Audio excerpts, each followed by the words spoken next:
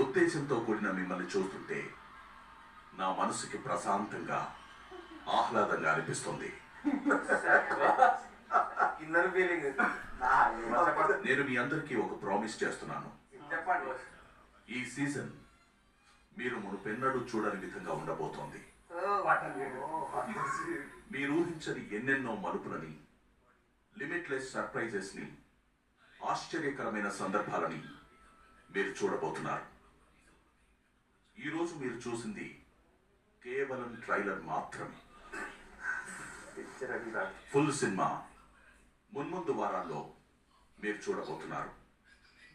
అది కూడా ఇంటర్వెల్ లేకుండా.